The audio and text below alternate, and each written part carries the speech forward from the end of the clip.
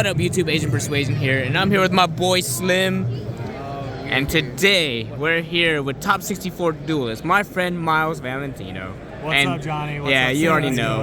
Yeah, and you were playing what deck, my friend, in this top cut? I was playing Rikka Sunavalon. Woo! I was playing a 60 card version. So, big brick version of the full combo vanilla seed deck. A lot of cards. A lot of cards. A lot of cards, and you got this new top cut mat, which is I think nice looking. I like it. Wish I could have made it a little further, but you know, I'll take the mat and I'll take the I'll take the top cut. Take the credentials. I'll take the credentials. So, absolutely. Yeah. All right, man. Let's go and jump into this big deck profile because I haven't done 60 cards for a while. Absolutely. Let's see it, baby. Let's see the goo, man. All right.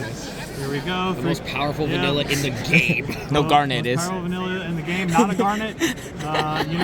Math Mech Circular. Yeah, that's so full combo. He does everything. You normal summon it and get a +6, so kind of crazy. Yeah, really good card. And then I played triple Lone Fire. Lone Fire, you have to play 3 of this in the deck because it's also Lokai, but it's also the best small world bridge in the deck, so it gets you to everything else in the deck. So you can bridge him basically into whatever you need to get. So Lone Fire is really good. He's also part of the combo. You can also mill him off Dance Peony. So when you're playing 60, I want to increase the odds when I have to get it twisted. When I have to gamble, that I hit this card. So you got to play 3. And then 3 Liliboria. This might be low-key one of the best cards in the deck because it's an extender that is also pretty big, that gets you to a negate, and then it's level 8, so you can make Dance the Queen with it, the Rikka Queen with it. Also, in my build, I play Painful Decision. You'll see that in a little bit. So you can dump a plant right away, summon Liliboria, send herself, grab this Coliseum, and then do Nib and do Regulus and 3 summons. Jesus. So you can insulate yourself from Ash and Nib and all that. So there's a card that searches this that I might consider playing called Rose Paladin, just because opening Liliboria is that good. It really is that good. So yeah, Liliboria is really good. And then 3 Princess. In decks that aren't 60, you could justify playing 2. But in 60, you have to play 3 of this. Opening it's really good because it helps you insulate your combo from Ash and Nib. And then it's also just a really strong extender. So you want to open this card 90% of the time. So 3 Princess. And then 2 Petal. This was a card that I debated about. At certain times I had it at 1. At other times I had it at 3. Settled on 2. You get it in your regular combo, so opening it isn't that great. But if you have Unexpected Die and Petal together, you can go Nib Proof and Ash Proof again. So yeah, the whole point of the deck is to just do your whole combo and insulate it from the best hand traps, and then win the game. So your inboard is nearly unbreakable. So and then 2 Mudon. I considered 3. Most of my builds I played that were 60 had 3 of it, but wound up on 2. I think I cut it for non-engine. So and then the only hand traps I played were 3 Ash. 3 Ash and 3 Droll. 1 very high impact card, which I really only like hand traps that are high impact. If you play against Dragon Link, you want Droll. If you play against a random flu player, you want Droll. Any deck that adds more than once, you want Droll. So, yeah, Droll is really high impact. Very unfair card. I actually don't think this should probably be legal, but 3 Droll. And then Ash is a concession to Labyrinth. It's generally good in its own. You can hit Theosis with it and stuff like that. So it's generally the strongest hand trap across the board, but you really want it for Lab. Lab is one of your worst matchups, and I just wound up losing to Lab in top 64. So, but you want Ash for Lab. So just generally good. And then the 1 Regulus for the Therion stuff. And then for searchable small world stuff, I played Gamma-Seal, Dino Rester, Pankratops, and Kurikara. These all came up at least once or twice today. So sometimes Gamma-Seal is the best board breaker, other times Pank is the best board breaker, other times Kurikara is the best board breaker. So you want actually all of these. And Gamma-Seal is a great small world bridge too. So yeah, all these cards are really crazy. Kurikara was nuts. Kurikara's great. Because I play Small World, this Small World by itself cracks the Kashtira board. Because you go, Small World, that triggers a Rise Heart, you add this thing, and then they've already activated Shangri-Era, so you're adding a Rise Heart and Shangri-Era on one card, so really, really nice, so really crazy. And then just the engine requirements. One of the reasons why I like playing 60 is because you don't draw these cards so much. I don't want to draw these, I don't want to draw this Coliseum, I don't want to draw multiples of Seed, so I'm hiding a lot of my bricks, and my hands are more diversified. So 60 in this deck, I think, is justifiable, actually. So It's one of the few decks I think that can get away with it, oddly enough. I would not play 60 in anything else. Then Salty 1-0s, we got a Duster, we got a Terraforming. It's a thrust target, so is this obviously, but I probably shouldn't play this. It didn't really come up. The fields by play is really crazy, but when you're playing thrust, 99% of the time you want to go for something really high impact like Talents or Dark Ruler. Yeah. So I probably wouldn't play Terraforming again. Then Call by the Grave. I only drew once, so don't worry. I didn't sack it all day. I only drew it one time, and it did win me the game. I will say that. Fair enough. But I only drew one time. So. Would it hit Ash?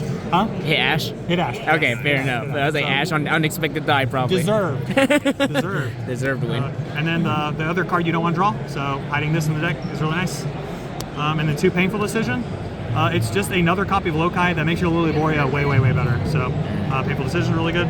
And then 2 of this. I wasn't actually a believer in 2, but the follow-up copy came up a lot today. So you wind up going to grind games quite a bit, and you want that second copy. So you can side out the second copy going second a lot. So I did do that. Then Double Con. This card is like a custom card that they made for Rikka. A custom card. It's a custom card. It lets you tribute your opponent's monsters for your stuff, which is like really cool. nuts. And it also sets like a +1, and then sets a really broken trap just for free. So I got trolled a few times, and it was really funny because one of the reasons why I like this deck a lot is because I've been a Drytron player for like last 2 years, and Drytron gets cooked by D-Shifter and Droll. Yeah. This deck's okay into those cards. Like those really, really high impact hand traps, this deck like cares about them sometimes, it's hand dependent, but a lot of times it doesn't matter. Like I got shifted 5 times in Swiss, and I won 4 of the games where I got shifted. So, Jeez. I mean, that's pretty good, I think. Yeah. I played a lot of Kashtira. And then 2 Thrust. In hindsight, I would play 3. This was a deck building error because 3, everyone's acting on monster effects this format. 3 would have helped me in my Labyrinth matchup. 3 would have helped me in a number of situations. I think in the future I will play 3. It bridges the whole deck really nicely, so I don't remember exactly my logic on 2, but this was incorrect. I think in the future I would play 3. And then 3 die, that's obvious. 3 of the out your opponent's monster and search 2 of your own cards, so yeah, they're really good. And then 3 Small World. This card is insane in this deck. This is the best Small World deck. Get you to board breakers or your starters. Everything bridges everything, so yeah. This deck's crazy. Learn how this card works. It's actually not that hard. I resisted learning how it worked for a long time because I'm like, I don't want to read. But now read look, this card, yeah. Top 64 results now. I read and I talked. It's crazy. See, wow. Yep, and then 3 of that. It's like my favorite card. 3 broken effects, all banned effects, like 3 Starlights. 3 Starlight. Yeah. I seen it. It's not highest rarity. It's 60 cards. Okay, so I couldn't high rare everything out this time. So Fair. maybe in the future, but Still cool. okay. Thank you. I appreciate it. But yeah, I appreciate it. I love Talents. It's like my favorite card they printed in a long time. Maybe next to Droplet, but you can't play Droplet format. So speaking of Droplet, you got like the next best thing, which is Dark Ruler. I think it's actually a mandatory card to play right now. So. Yeah, you have to play this. And then more board breakers because it's 60, so this. And then the 1 sheet. This card's really crazy, especially in Rikka, I think, because you kind of thrive on like a nice simplified game state.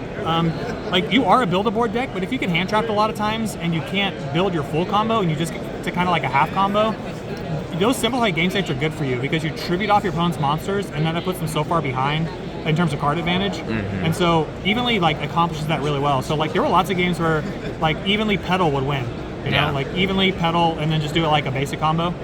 So 3 evenly was really crazy.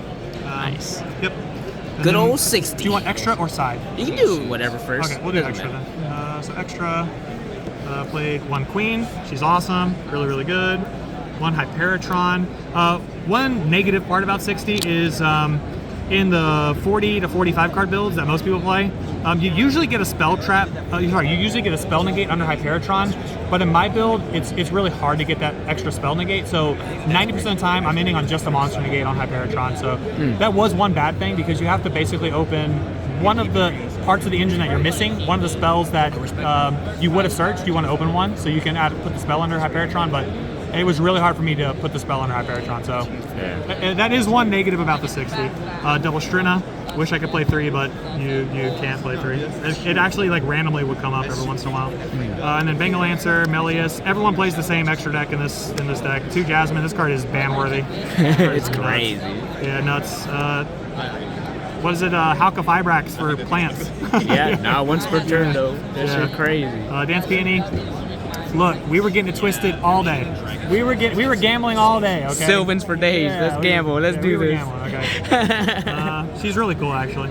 You hit Lone Fire sometimes, and you just, like I said, you're there. You win the duel. And then I actually made this way more like in testing. I never did the OTK, and then today I did the OTK like 4 times. I was like, all right, cool. Thank you, Thrasher. It was clutch. Yeah, it was clutch. And then 2 healer for the combo, and then 3 of the tree. There you go. That's like everyone's extra deck. It doesn't change.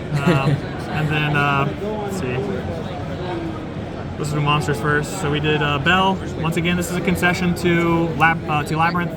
Stopping Big Welcome is like the key to that matchup, I think. But the furniture is hard to keep up with. So if I don't get to my full board, Lab probably beats me. Yeah.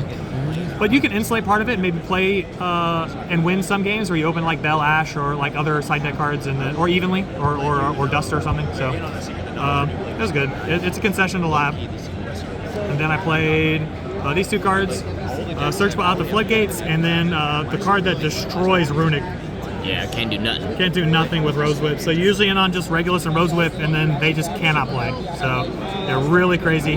This did not come up today, but you have to side it. So it hits Birth and stuff. And then 3 of that and 2 of that, just because, once again, like in 60, I think because I'm doing evenly and Duster and Thrust to get to those cards, like post-siding, your ratios have to work properly, and you have to side at least 5 more back row removal cards, because you don't want to lose the anti-spell, and you don't want to lose the set 5 pass, or like goes in and all the floodgatey type stuff. So in order to make the ratios work, I had to side at least 5 more spell and trap removal cards. Definitely. Yep. And then I sided Dust Shoot. Hey, that card's crazy. It was really good today. I think that the problem with cards like these is like if you put them in the hands of a good player, and I'm not trying to like be like that, but if you put them in the hands of a good player, like hand knowledge is everything. It's just like hand knowledge is really broken to have, and you should never lose a game where you get to see your opponent's hand. So, Yeah, I agree. Water to nuts. That's another reason why I probably should have done 3 thrusts. And then I played 2 Judgment. Just to insulate the combo. I would have liked to do 3, but I think all the side deck cards I played, I had to play, and so I don't actually know where I would find room for the 3rd copy, but a 3rd copy mathematically would make sense in 60. So. Definitely. Yep. All right, so shout outs, Miles. Shout outs to all the players from Houston, my teammates on Team Fafnir, Austin Taylor, Bryce Sharp, Corey Nance, Vitalia Villarreal, Colby Bloomstrom, another really good Houston player. Everyone from my locals at Game Guys, all the people who play at Scrub Tier Gaming in Houston. I've got a lot of shout-outs, but I don't want to drag this on. It's okay. This is your profile, baby. I know. It's okay. I'm very humbled by this because the last 2, I've only been to 3 Nats. The last 2 I bubbled, and there were a lot of people behind me. My parents, my girlfriend was really supportive and awesome, and so I'd like to sit here and have an ego trip, but there were way more people behind this than me, and so I'm very thankful and very grateful for this experience. I know it's only top 64. I wish I could have gone, deeper in the tournament, but I have to be happy with this result. And it means a lot to me and a lot of other people too. So I'm very excited to have this top. Yeah, I'm proud of you, Miles. I Johnny. see all the Thanks, work you Slim. be putting in, man, and you're very humble. You're amazing at this game. I'm learning from you now because I'm an old man, So I'll just keep watching you do all this awesome accomplishments, and we appreciate the deck profile, No bro. problem. Thank you, guys.